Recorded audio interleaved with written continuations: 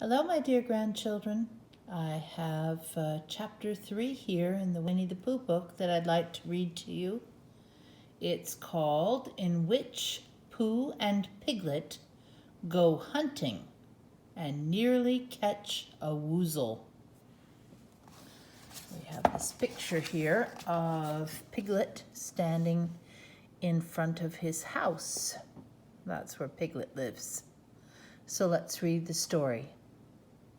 The piglet lived in a very grand house in the middle of a beech tree, and the beech tree was in the middle of the forest, and the piglet lived in the middle of the house. Next to his house was a piece of broken board, which had Trespassers W on it. When Christopher Robin asked the piglet what it meant, he said it was his grandfather's name, and had been in the family for a long time. Christopher Robin said you couldn't be called Trespassers W.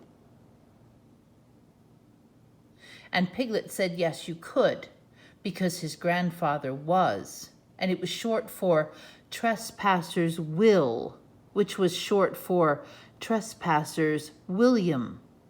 And his grandfather had had two names in case he lost one. Trespassers, after an uncle, and William, after Trespassers. I've got two names, said Christopher Robin carelessly. Well, there you are. That proves it, said Piglet. One fine winter's day, when Piglet was brushing away the snow in front of his house, he happened to look up, and there was Winnie the Pooh. Pooh was walking round and round in a circle, thinking of something else. There's the picture of Pooh. He was thinking of something else. And when Piglet called to him, he just went on walking. "Hello," said Piglet. "What are you doing?" "Hunting," said Pooh. "Hunting what?"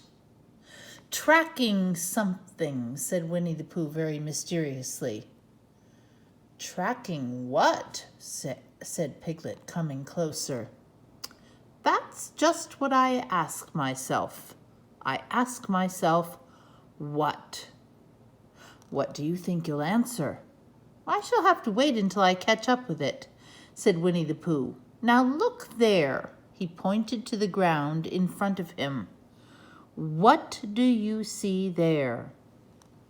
"Tracks," said Piglet. "Paw marks." He gave a little squeak of excitement.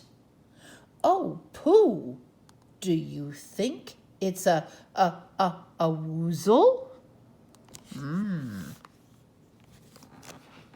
There they are, walking in the snow. "It may be," said Pooh. "Sometimes it is and sometimes it isn't. You never can tell with paw marks." Quite mysterious, huh?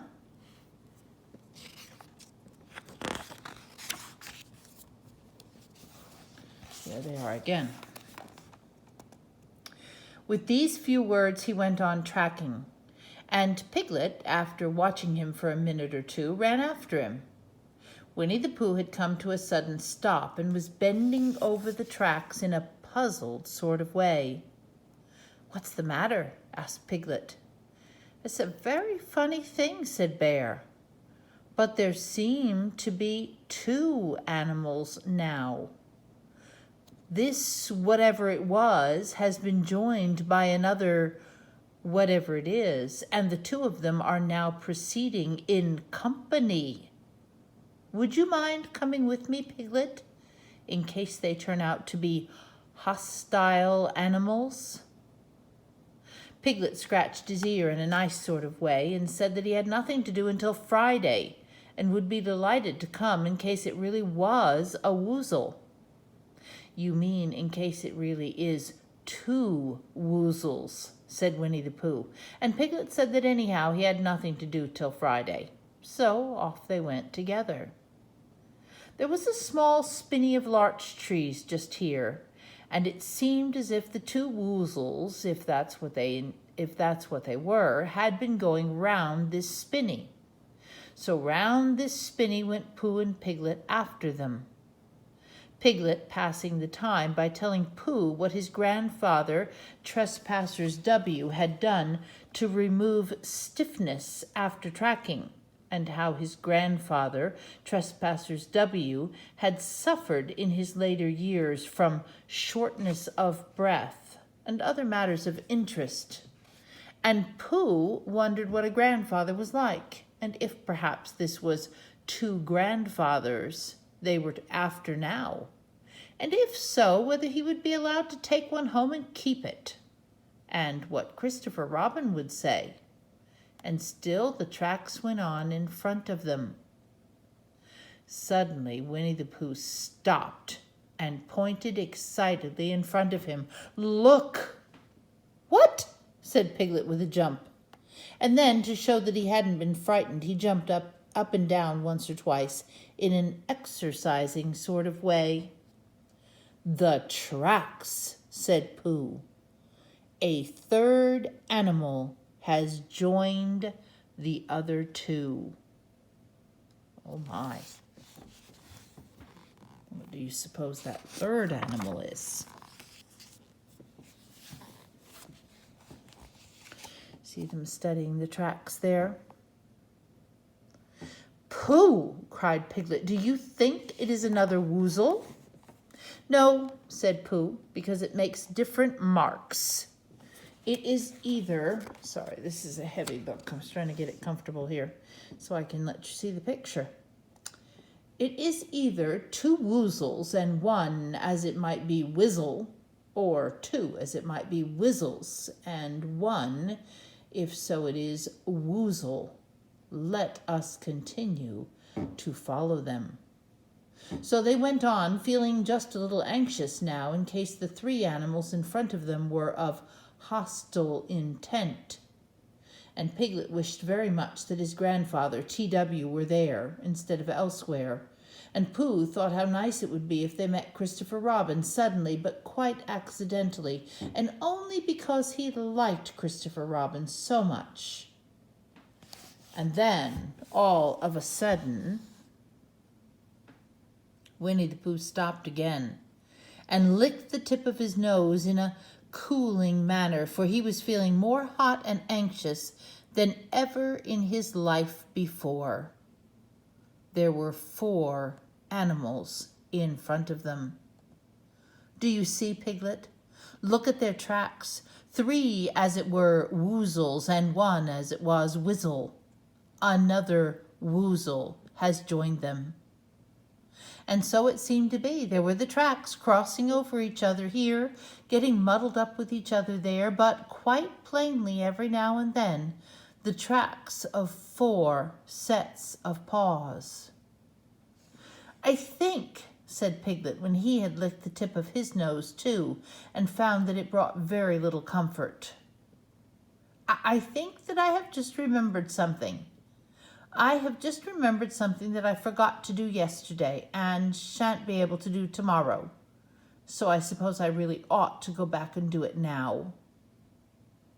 "We'll do it this afternoon and I'll come with you," said Pooh.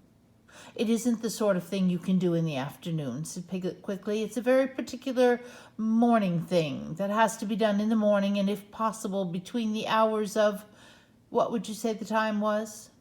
"About 12. said Winnie the Pooh, looking at the sun. "Between, as I was saying, the hours of 12 and 12:05. So really, dear old Pooh, if you'll excuse me—" "What's that?"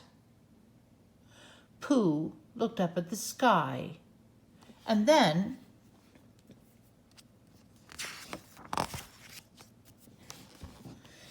as he heard the whistle again, what do you see?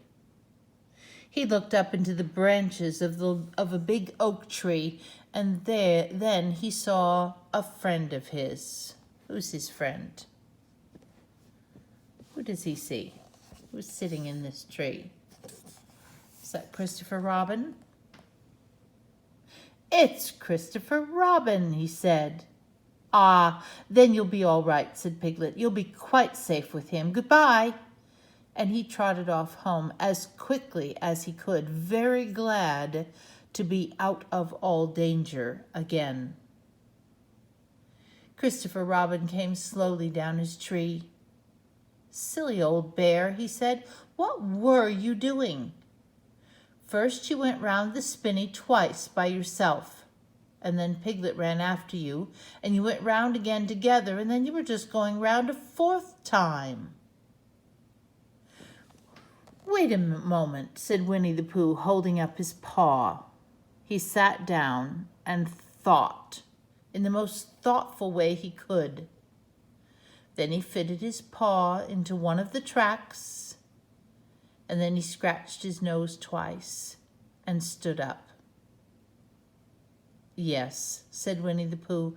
"I see now," said Winnie the Pooh. "I have been foolish and deluded," said he, "and I am a bear of no brain at all." "You're the best bear in all the world," said Christopher Robin soothingly. "Am I?" said Pooh hopefully, and then he brightened up suddenly. "Anyhow," he said, "it is nearly luncheon time." So he went home for it. Do you understand who he was tracking? He was following his own tracks round and round the bush or the little trees. Isn't that funny? I hope you enjoyed the story. I love you.